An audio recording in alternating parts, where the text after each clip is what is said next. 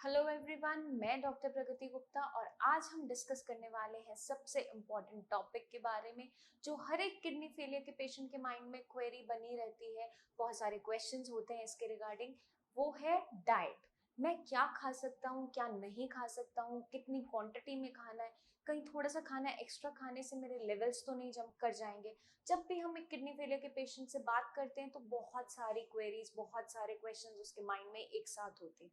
जब भी मैं पेशेंट देखती हूँ, पेशेंट पूछता है, मैम अगर हमने थोड़ा एक्स्ट्रा खाना खा लिया, पेट भर के खा लिया, तो हमारे लेवल्स तो नहीं बढ़ जाएंगे। वो इतना डरा हुआ होता है, इतना घबराया हुआ होता है, उसके माइंड में इतने सारे डाउट्स होते हैं क्योंकि उसे क्लियर नहीं होता है कि क्या खाने से उसके लेवल्स बढ़ते हैं और क्या खाने से उसके लेवल्स मैनेज हो सकते हैं। तो इन्हीं सब क्वेरीज को सॉल्व करने के लिए मैं लेकर आई हूँ ये वीडियो, जो आपको मदद करेगी जानने में कि आपको क्या खाना खाना है, क्या चीज़ों को अवॉइड करना है ताकि आप अपनी किडनी को हेल्दी रख सकें। तो अब हम बात करेंगे प्रोटीन के बारे में। सबसे पहला आइटम है जो आपकी डाइट में से हटाया जाता है जब आप एक किडनी फेलियर के पेशेंट बन जाते हैं, वो होता है प्रोटीन।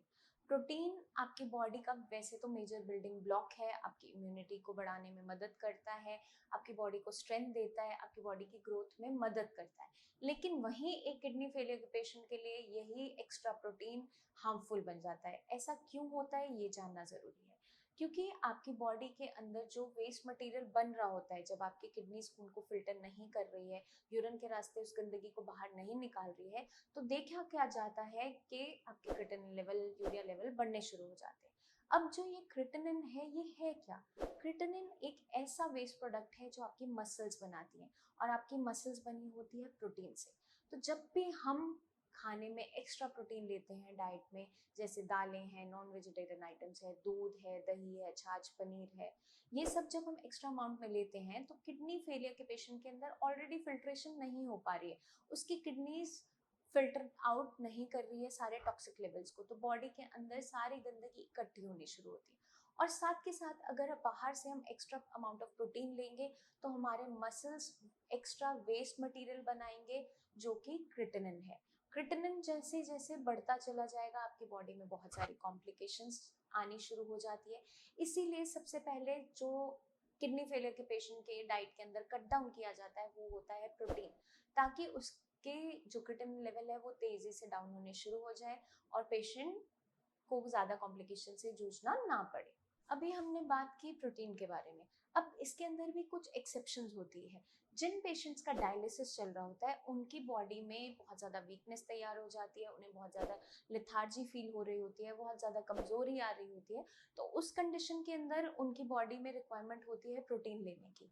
तो उन पेशेंट के अंदर हम देते हैं लाइट प्रोटीन, जो कि आपकी बॉडी में बहुत ज़्यादा वेस्ट मटेरियल नहीं बनाते हैं और आपकी बॉडी में इजीली एब्जॉर्ब हो जाते हैं। वो होते हैं मूंग दाल है, आपका एग वाइट है, घर का बना पनीर है, डबल टोन मिल्क है।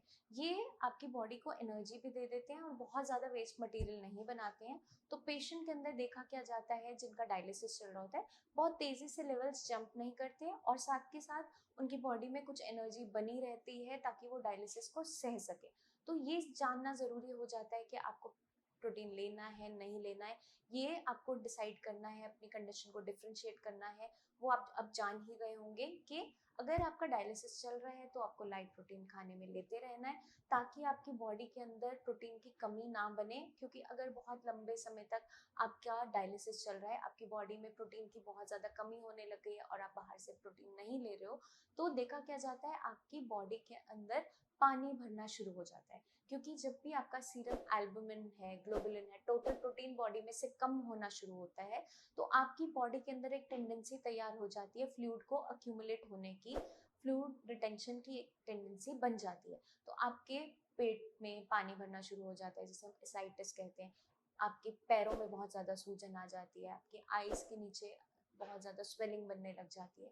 तो अगर किसी पेशेंट का टोटल प्रोटीन कम है, सीरम एल्बुमिन बहुत ज़्यादा कम है और यूरिन के रास्ते प्रोटीन लॉस बहुत ड्रास्टिक है और वो पेशेंट डायलिसिस पे है, तो प्लीज़ मैं हमेशा एडवाइस करती हूँ कि आपको लाइट प्रोटीन अपनी डाइट में लेना है।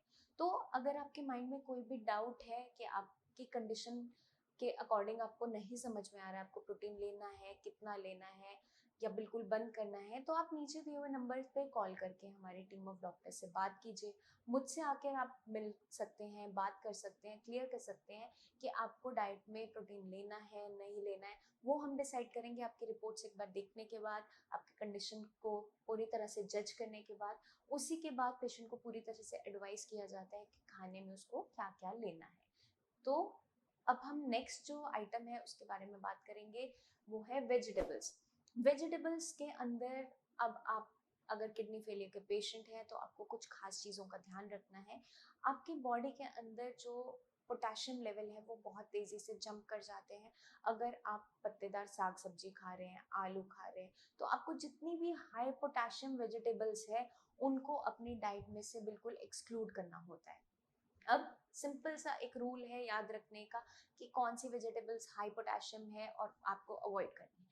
जितने भी आपकी पत्तेदार साग सब्जी है, जैसे कि धनिया है, पालक है, पुदीना है, मेथी, बथुआ, जितने भी साग हैं, वो आपको टोटली अपनी डाइट में से अवॉइड करने होते हैं, क्योंकि लीफी वेजिटेबल्स के अंदर पोटेशियम की अमाउंट बहुत ज़्यादा होती है, हाईली कॉन्सेंट्रेटेड रहता है पोटेशियम उनके अंदर।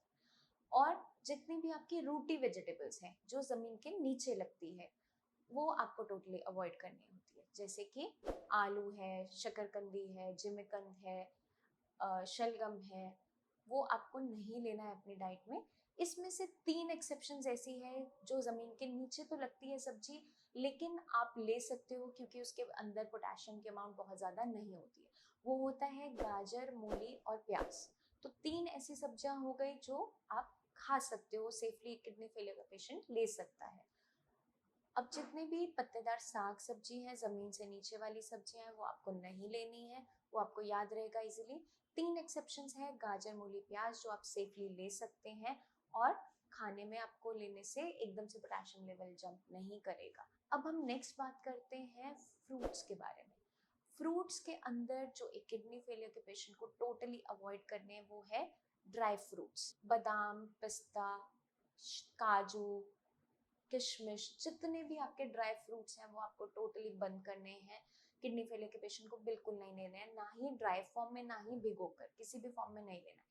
और जितने भी आपके ड्राइड फ्रूट्स हैं, जैसे सुखा कर बनाते हैं, सूखी हुई खुमानी होती है, प्लम्स है, खजूर है, वो बिल्कुल आपको नहीं लेना है क्योंकि इसके अंदर भी पोटेशियम की अमाउंट बहुत ज़्यादा होती है।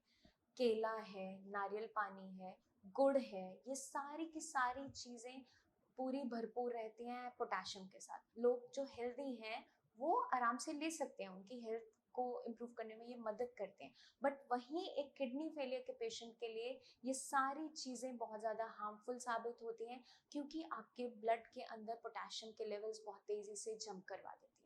और किडनी फेलियर के पेशेंट्स के अंदर अगर पोटेशियम लेवल्स 7 को क्रॉस करते हैं तो पेशेंट के अंदर सीधे एक सिम्टम देखा जाता है, वो होता है हार्ट अटैक का।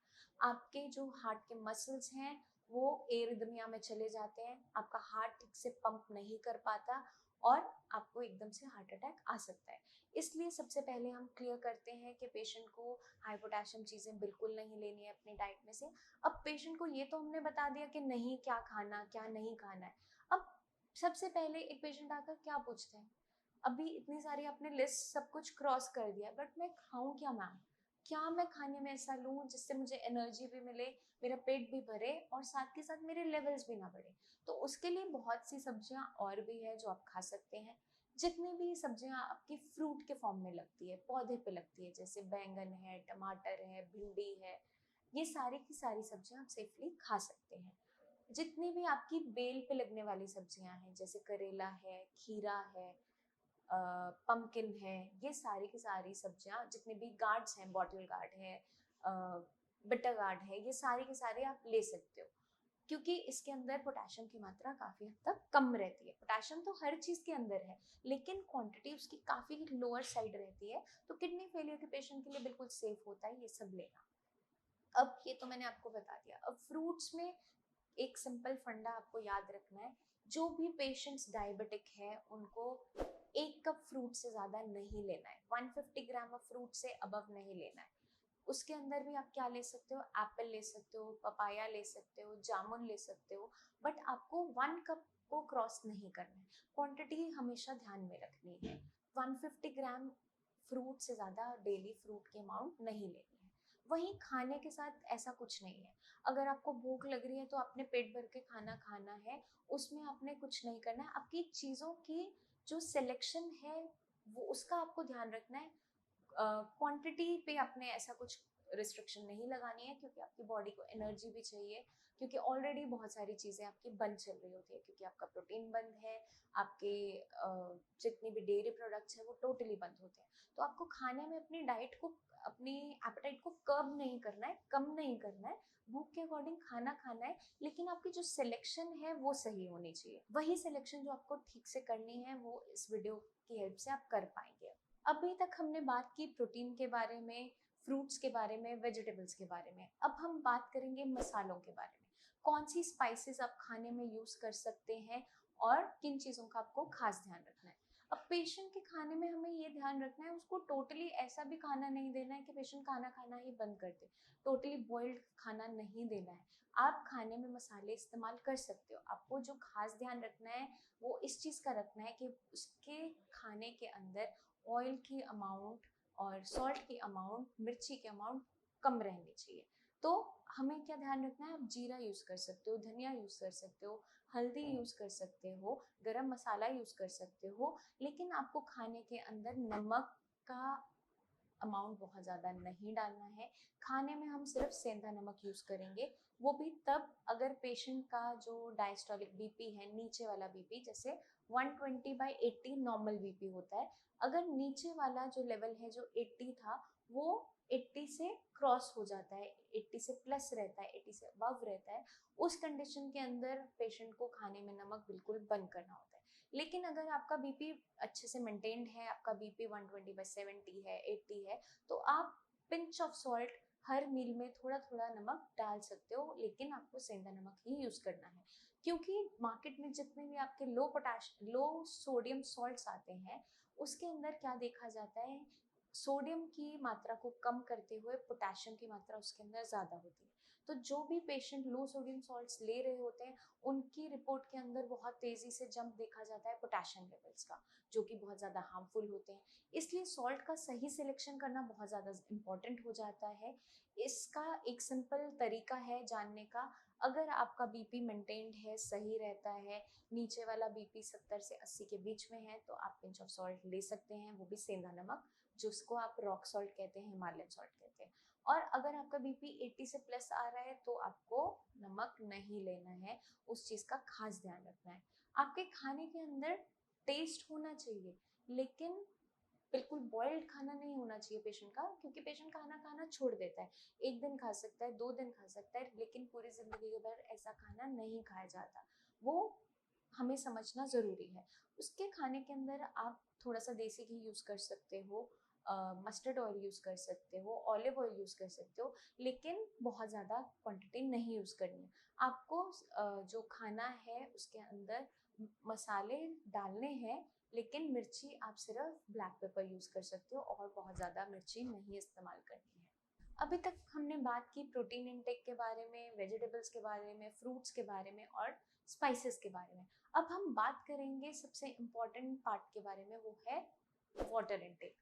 पेशेंट को कितना पानी पीना है ये जानना बहुत ज़्यादा ज़रूरी है, क्योंकि अगर किसी पेशेंट की बॉडी में बहुत ज़्यादा स्वेलिंग बनी हुई है और वो वाटर का इंटेक बढ़ा देता है, तो उसकी बॉडी में फ्लूइड का ओवरलोड होना शुरू हो जाएगा और बीपी बहुत तेज़ी से जंप करने लगेगा। तो पेशेंट को क्या ध्यान रखना है, अपने कंडीशन को पहले समझना है, उस हिसाब से वाटर इंटेक करना है। अगर आपको प्यास लग रही है, आपके लिप्स ड्राई हो रहे हैं, आपको गला सूख रहा है, तो आपने सिपिंग करना है पानी का, एक साथ पानी नहीं पीना है। और अगर किसी पेशेंट के अंदर बहुत ज़्यादा स्वेलिंग है, वहाँ पे डेफिनेटली हमें पानी रिस्ट्रिक्ट करना पड़ता है। लेकिन अगर पेशेंट ठीक फील कर रहा है, कोई स्वेलिंग नहीं है, उसको प्यास भी लग रही है, गर्मी में ज़्यादा काम करना पड़ता है और पसीना ज़्यादा आ रहा है, उस कंडीशन के अंदर पेशेंट को जब भी प्यास लगेगी, उसे थोड़ा थोड़ा करके पानी पीना है, सिपिंग करके पीना है, एक साथ इकट्ठा नहीं पीना है। क्योंकि अगर आप छोटी छोटी क्वांटिटी में पानी पियोगे तो आपकी किडनी को थोड़ा थोड़ा टाइम मिलेगा उसे फिल्टर आउट करने का। ऑलरेडी आपकी किडनी बहुत ज़्यादा वीक है, वो ठीक से फिल्टर आउट नहीं कर पा रही है, ठीक से खून की सफाई नहीं कर पा रही है। अगर हम एक साथ बहुत सारा पानी पिएंगे तो किडनी पे ओवरलोड हो जाता है, बहुत सारा काम इकट्ठा आ जाता है, और जो चीज़ वीक है उस पर अगर हम ज़्यादा लोड डालेंगे तो वो बहुत तेज़ी से खराब होनी शुरू हो जाएगी। इसलिए हमें पानी पीना है, थोड़ा थोड़ा करके पीना है, पूरे दिन भर में थोड़ी थोड़ी क्वांटिटी आपको पीनी है अकॉर्डिंग टू योर थर्स्ट, कितना आपको प्यास लग रहा है उस हिसाब से। बहुत ज़्यादा पानी की अमाउंट एकदम से अगर हम कम कर देते हैं, पेशेंट को प्यास भी लग रही है लेकिन वो डर के मारे पानी नहीं पी रहा है, इस मिथ के साथ जी रहा है कि मेरी बॉडी में बहुत जल्दी स्वेलिंग आ सकती है, इस चीज़ से घबराकर वो पानी पीना अगर बिल्कुल बंद कर देता है तो डिहाइड्रेशन की कंडीशन में भी किडनी खराब हो जाती है। क्योंकि अगर किडनी के पास पानी नहीं जाएगा तो यूरिन फॉर्मेशन ठीक से नहीं कर पाएगी, और जितने भी आपके टॉक्सिक लेवल्स हैं, टॉक्सिक जितने भी आपके टॉक्सिन्स हैं, उनको बॉडी से फ्लश आउट करने का तरीका किडनी के पास यूरिन है। यूरिन के रास्ते क्रिएटिनिन को फिल्टर आउट करता है, यूरिया को फिल्टर आउट करता है, सारे इलेक्ट्रोलाइट्स को फिल्टर आउट करता है। लेकिन अगर आप डर के मारे पानी पीना बंद कर देते हो और आपकी बॉडी डिहाइड्रेशन में चली जाती है, आपके लिप्स ड्राई होने शुरू हो जाते हैं, आपकी स्किन ड्राई हो रही है, उस कंडीशन के अंदर आपकी किडनी बहुत तेजी से खराब होनी शुरू हो जाती है। तो आपको सही क्वांटिटी का ध्यान रखना है, पानी को सही तरीके से पीना है, किसी की बातों को एकदम से ऐसे माइंड में रख के काम नहीं करना है, डाउट में रह के नहीं जीना है। अगर आपको प्यास लग रही है, आपके लिप्स ड्राई हो रहे हैं, तो आपको पानी पीना है, लेकिन थोड़ा थोड़ा करके पीना है, एक साथ ओवरलोडिंग नहीं करनी है। अगर आपकी बॉडी में बहुत ज़्यादा स्वेलिंग बनी है तो डेफिनेटली हमें आपकी बॉडी में जो फ्लूइड की एक्यूमुलेशन ज़्यादा हो रही है उसको संभालने के लिए आपकी वाटर की क्वांटिटी को, वाटर के इनटेक को कम करना पड़ता है। तो आपके माइंड में अगर कोई भी डाउट हो, आपको पहले हमें अपनी कंडीशन एक्सप्लेन करनी है, पूरा बताना है कि मेरी बॉडी में स्वेलिंग आ रही है तो मैं कितना पानी पी सकता हूँ। अगर आप नॉर्मल फील कर रहे हो, आपके लेवल्स क्या हैं, पूरी रिपोर्ट्स भेजकर फिर हमें आपको बताएंगे कि आपको कैसे वाटर इनटेक करना है, क्योंकि आपका वाटर इनटेक जितना होगा, आउटपुट कैसा है यूरिन का, उस के अकॉर्डिंग हमें पूरा डिसाइड करना होता है पेशेंट कितना पानी ले सकता है। तो इस चीज़ को माइंड में ज़रूर रखना है, कुछ भी रैंडमली फॉलो नहीं करना है, आपको पूरा ध्यान रखना है अपना।